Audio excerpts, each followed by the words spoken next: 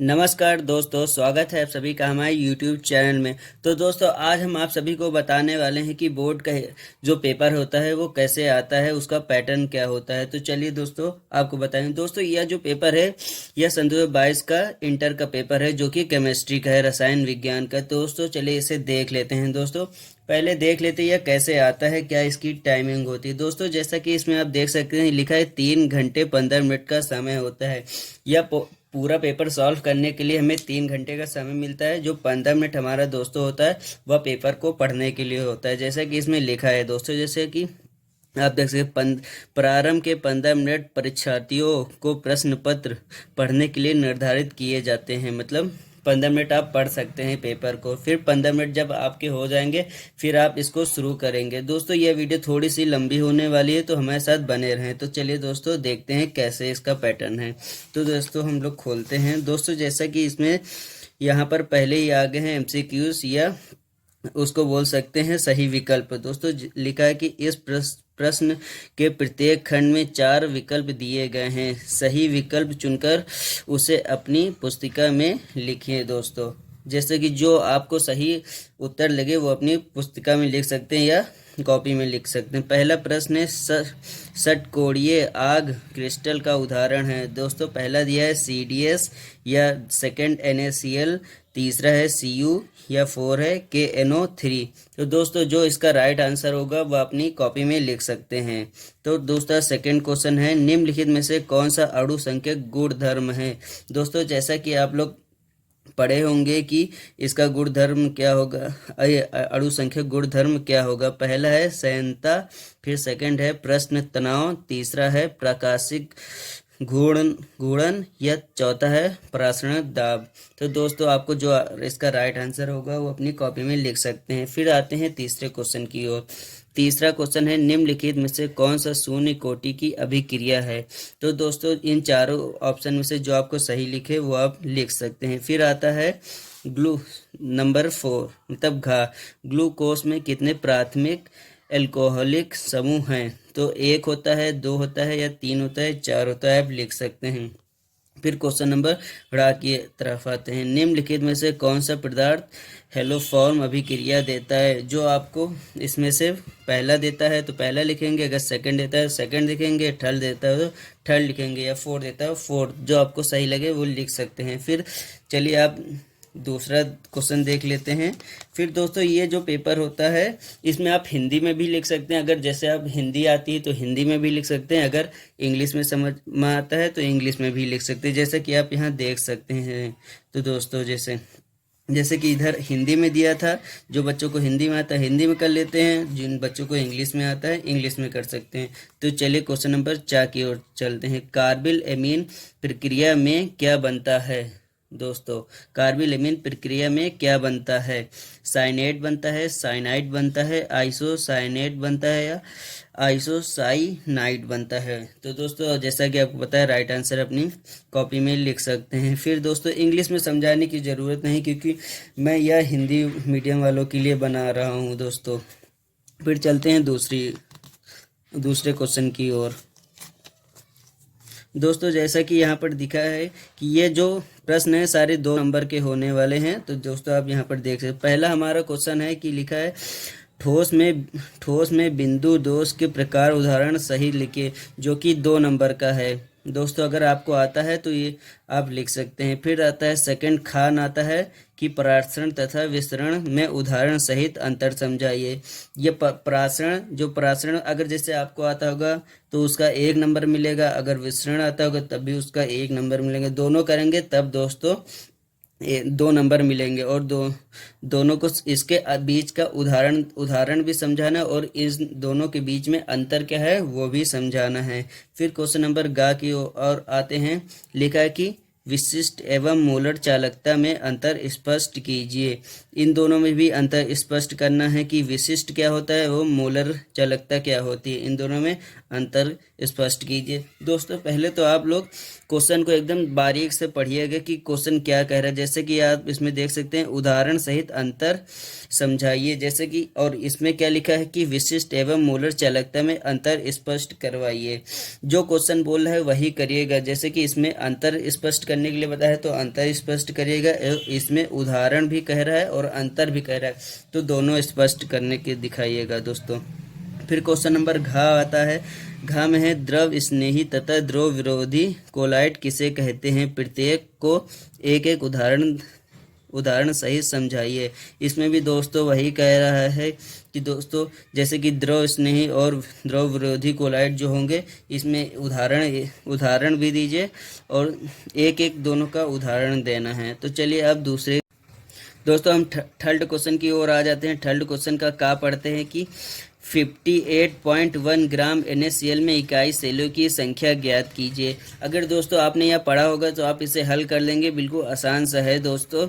फिर दोस्तों खा आ जाता है। निम्नलिखित में से उपसह संयोजन यौगिक के IUPAC नाम लिखिए। दोस्तों पहला है कि NiCO4 अगर आता होगा कर लेंगे आप। फिर आता है K2 ब्रैकेट में JN ब्रैकेट OH 4 आ जाता है दोस्तों, अगर आपको आता है तो करेंगे। फिर आ जाते हैं क्वेश्चन नंबर 4 गा। क्वेश्चन नंबर गा की ओर। मानव शरीर में प्रोटीन का क्या कार्य है। प्रोटीन के विकृतीकरण से आप क्या समझते हैं। दोस्तों ये एकदम आसान से, इसमें आप वो थ्योरी बेस्ड क्वेश्चन है। जैसे मानव शरीर में प्रोटीन का क्या कार्य है, तो आप लोग जानते हैं कि प्रोटीन से हम लोग को एनर्जी मिलती है और ताकत आती है। चलने फिरने के लिए हमारे लिए प्रोटीन का बहुत ही महत्वपूर्ण है। फिर आ जाता है क्वेश्चन नंबर घ की ओर। गैर धातु क्या है, इसके गुण लिखिए। पहले तो आप लोग गैर धातु क्या होती है इसके बारे में लिखेंगे। फिर उनके जो लिखा है कि इनके गुण लिखिए, गुण क्या होते हैं, फिर उनके बारे में लिखेंगे। तो दोस्तों चलिए क्वेश्चन नंबर 4 की ओर चलते हैं। क्वेश्चन नंबर 4 ये देखिए दोस्तों, क्वेश्चन नंबर 4 का क्या बोल रहा है। क्वेश्चन नंबर 4 है, क्वेश्चन नंबर 4 का निम्नलिखित सेल का 298 के पर नसट समीकरण लिखिए एवं EMF की गणना कीजिए। दोस्तों जैसा कि ये क्वेश्चन बोल रहा है, निम्नलिखित सेल का 298 के पर इंस्टेंट समीकरण लिखिए एवं EMF की गणना कीजिए। दोस्तों अगर आपको ये आता है तो आप कर लीजिएगा। दोस्तों इसी प्रकार के क्वेश्चन आते रहते हैं। फिर क्वेश्चन नंबर खा की ओर चलते हैं। निम्नलिखित पर संक्षिप्त टिप्पणी लिखिए। दोस्तों यह होगा 3, ये जो क्वेश्चन आते हैं 3 नंबर के आते हैं। जैसे कि आप यहाँ पर देख सकते हैं 1.5 नंबर का ये है, 1.5 नंबर का है, दोनों को मिलाकर 3 नंबर हो जाते हैं। पहला है टिंडल प्रभाव। टिंडल प्रभाव भी बहुत ही आसान है। फिर सेकंड पे आता है विद्युत कण संचलन। जैसे कि आता है निम्नलिखित पर संक्षिप्त टिप्पणी लिखिए। दोनों में से दोनों ही कर देंगे। फिर आता है गा। एमीन किन्हें कहते हैं। प्राथमिक द्वितीय तथा तृतीय एमीन को एक एक उदाहरण देके समझाइए। तो दोस्तों यह जो आपको मैं इसलिए हम समझा रहा हूँ कि पेपर का पैटर्न कैसे आता है, इसलिए बता रहा हूँ दोस्तों। आगे जो नेक्स्ट वीडियो आएगी दोस्तों आपको पूरी समझा देंगे कि एमीन किसे कहते हैं, प्राथमिक एमीन क्या होता है, द्वितीयक एमीन क्या होता है, तृतीयक एमीन क्या होता है। दोनों को आपको तीनों को एकदम बेसिक से समझा देंगे दोस्तों। आप लोग पहले यह पैटर्न समझ लीजिए कैसे आता है। दोस्तों बहुत बच्चे जाते हैं कि पेपर में घबराते हैं कि पेपर कैसे आएगा, बहुत दूसरों के पसीने छूटने लगते हैं। दोस्तों इसी प्रकार से पेपर आता है, घबराने की कोई ज़रूरत नहीं है दोस्तों। आराम से जाइए, पेपर पढ़िए। पहले 15 मिनट मिलता है कि पेपर पढ़िए, कि बच्चे घबराएं नहीं। और आपको कुछ नहीं आता है तो आप वहाँ पर टीचर्स होते हैं, वहाँ से आप पूछ सकते हैं दोस्तों। चलिए समय न गवाते दूसरी ओर चलते हैं। क्वेश्चन नंबर घ। क्वेश्चन नंबर घ बोला है फेलिंग विलयन क्या रहता है। ग्लूकोज के साथ गर्म करने पर इसमें क्या परिवर्तन होगा, समीकरण भी कीजिए। दोस्तों जैसे कि बता रहा है कि फेलिंग विलयन क्या होता है, फेलिंग विलयन के बारे में बताना होगा। जैसे कि बोले ग्लूकोज के साथ गर्म करने पर इनमें क्या परिवर्तन होगा, ये भी आपको करके बताना पड़ेगा। तो क्वेश्चन नंबर 5 की ओर चलते हैं। क्वेश्चन नंबर 5 का पढ़ते हैं। मोल प्रभास क्या हो। मोल प्रभास से आप क्या समझते हैं। विलय के मोल प्रभास एवं वाष्प दाब के अवनमन अनुमान के संबंध एवं समीकरण लिखिए। यूरिया एक का 1 विलियन भार अनुसार 6% है। यह विलियन में यूरिया तथा जल का मोल प्रभास ज्ञात कीजिए। तो दोस्तों आपको यहाँ पर दिखा रहे हैं कि मोल, पहले ही क्वेश्चन में बोल दिया मोल प्रभास से आप क्या समझते हैं। तो मोल प्रभास क्या होता है ये इसके बारे में बताना होगा। फिर आपको यहाँ पर जैसे कि यूरिया का अणु भार भी दे दिया है 60। फिर ये जैसे कि पूरा क्वेश्चन आप लोग सही से पढ़ेगा तभी आपको समझ में आएगा क्या क्या निकालना होगा। फिर आते हैं का घा की ओर। लिखा है कि अभिक्रिया की आणविकता तथा कोटि में अंतर स्पष्ट कीजिए। प्रथम कोटि की एक अभिक्रिया में 100 सेकंड में पदार्थ की सांद्रता प्रारंभिक सांद्रता की आधी रह जाती है। वेग स्थिरांक की गणना कीजिए। दोस्तों जैसे कि क्वेश्चन आपको पढ़ के मैंने बता दिया है, जो कि इसमें जो जो निकालना होगा आप लोग निकाल सकते हैं। फिर आते हैं क्वेश्चन नंबर गा की। क्वेश्चन नंबर गा क्या कह रहा है, कारण देते हुए स्पष्ट कीजिए। मतलब क्या कारण है वो भी देख लेते हैं। पहला कारण है संक्रमण धातुएं तथा उनके अधिकांश यौगिक अनुचुंबकीय हैं। जो दोस्तों इसमें लिखा है वहीं पर आपको करना होगा अपनी पुस्तिका में। फिर आता है सेकंड, संक्रमण धातुएं तथा इनके अनेक यौगिक उत्तम उत्प्रेरक का कार्य करते हैं। फिर दोस्तों क्वेश्चन नंबर घ है कि निम्नलिखित को उदाहरण सहित समझाइए। लिगैंड क्या होता है, फिर संयोजकता आबंध सिद्धांत क्या होता है, इन दोनों को आपको समझाना है। फिर आ जाते हैं क्वेश्चन नंबर 6 की ओर।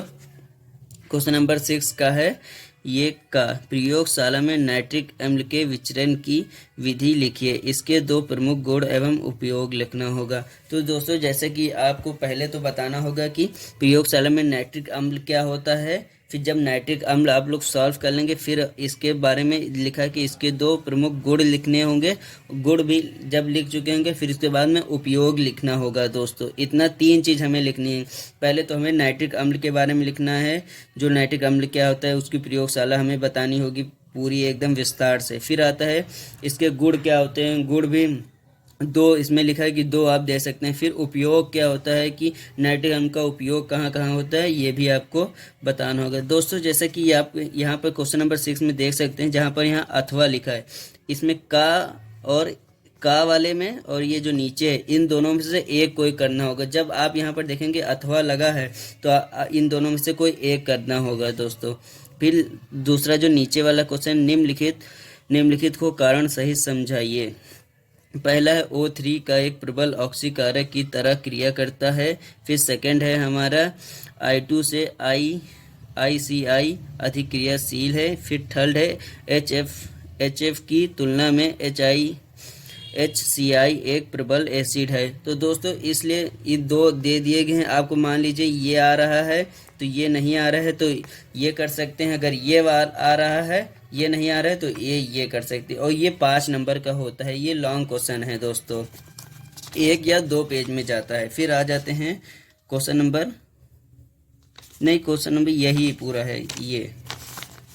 फिर आता है कि SbH3 की तुलना में BiH3 ज़्यादा प्रबल अपचायक है। फिर 5 है हीलियम को गोताखोरी के उपकरणों में उपयोग किया जाता है। जैसा कि मैं हीलियम में गोताखोरी का मतलब होता है दोस्तों जो समुद्र में गोताखोर होते हैं, जो पानी के नीचे जाते हैं, जो मछली पकड़ते हैं या समुद्र में रहते हैं उन्हें गोताखोर कहते हैं दोस्तों। फिर जो हीलियम गैस होती है जो उसमें सिलेंडर में जो गैस भरी होती है उसे हीलियम बोलते हैं दोस्तों। फिर खा पे आ जाते हैं। खा हमारा दिया है मोनोहाइड्रिक एल्कोहल क्या है, इनके क्वथनांक तथा उच्च क्यों होते हैं। एल्कोहल के विचरण की कोई 2 विधि लिखिए। दोस्तों पहले तो आपको मोनोहाइड्रिक अल्कोहल क्या होता है इसके बारे में बताना और क्वथनांक उच्च क्यों होता है ये भी इसके बारे में बताना होगा। और 2 विधि का उल्लेख कीजिए, तभी आपको दोस्तों इस पे आपको 5 नंबर प्राप्त होंगे। फिर आता है जैसा कि यहाँ पर अथवा लिखा है, इन दोनों में से कोई एक करना होगा। फिर क्या होता है, जब केवल रासायनिक समीकरण लिखिए। फिर इसके बाद आता है आइसोप्रोपिल अल्कोहल की वाष्प को 300 सेल्सियस पर गर्म कॉपर पर प्रभावित करते हैं। फिर इसके बारे में अगर लिखना होगा आपको आता होगा। फिर सेकंड है फिनॉल को ठंडे तथा तनु HNO3 के साथ क्रिया कराते हैं तो क्या प्राप्त होगा, आपको आता है तो लिखे। फिर फिर हमारा थर्ड है कि एथिल अल्कोहल की वाष्प को ए Ai2O3 पर 250 सेल्सियस पर प्रवाहित करते हैं तो क्या होता है। फिर 4 है फिनॉल की सांद्र HNO3 से क्रिया कराते हैं तो क्या होता है। फिर 5 है एथिल अल्कोहल को आयोडीन और NOH के साथ गर्म करते हैं फिर क्या होता है। दोस्तों जो प्राप्त होगा वो आप लोग लिख देंगे। फिर दोस्तों हम लोग दूसरे क्वेश्चन नंबर 7 के साइड से चलते हैं। क्वेश्चन नंबर 7 है। क्वेश्चन नंबर 7 का नाभिकार की प्रतिस्थापन प्रक्रिया क्या होती है। यह अभिक्रिया कितने प्रकार की होती है समझाइए। नाभिकार की प्रतिस्थापन प्रक्रिया आपको आती है तो दोस्तों अपनी पुस्तिका में कर सकते हैं। फिर इसके बाद अथवा लगा इन दोनों में से कोई एक करना है। कैसे प्राप्त करेंगे, केवल रासायनिक समीकरण दीजिए। दोस्तों पहला है कि 1 ब्यूटीन 2 ब्यूटेन क्या होता है, मतलब इसको आपको लिखना है। फिर बेंजिल क्लोराइड से बेंजिल अल्कोहल, इन दोनों को आपको दोस्तों बना देना है कि बेंजिल क्या होता है। फिर आता है मेथिल ब्रोमाइड से मेथिल साइनाइड, मतलब मेथिल ब्रोमाइड से मेथिल साइनाइड कैसे बनता है। फिर एथिल क्लोराइड से एथेन कैसे बनता है। फिर मेथिल आयोडाइड से एथेन कैसे बनता है। फिर चलिए क्वेश्चन नंबर खा की ओर चलते हैं। क्वेश्चन नंबर खा है हमारा कि प्रयोगशाला में फॉर्मेल्डिहाइड बनाने की विधि रासायनिक समीकरण सहित दीजिए क्या होता है। जब फॉर्मेल्डिहाइड की कास्टिक सोडा के साथ गर्म करते हैं तो क्या प्राप्त होता है। फिर अथवा लगा है। फिर एक दूसरा क्वेश्चन आ जाता है। फिर निम्नलिखित का वर्णन कीजिए, मतलब इन दोनों के बारे में आपको बताना है। ये अभिक्रिया है जो फ्रीडल क्राफ्ट एसिलीन, ये एक अभिक्रिया है दोस्तों।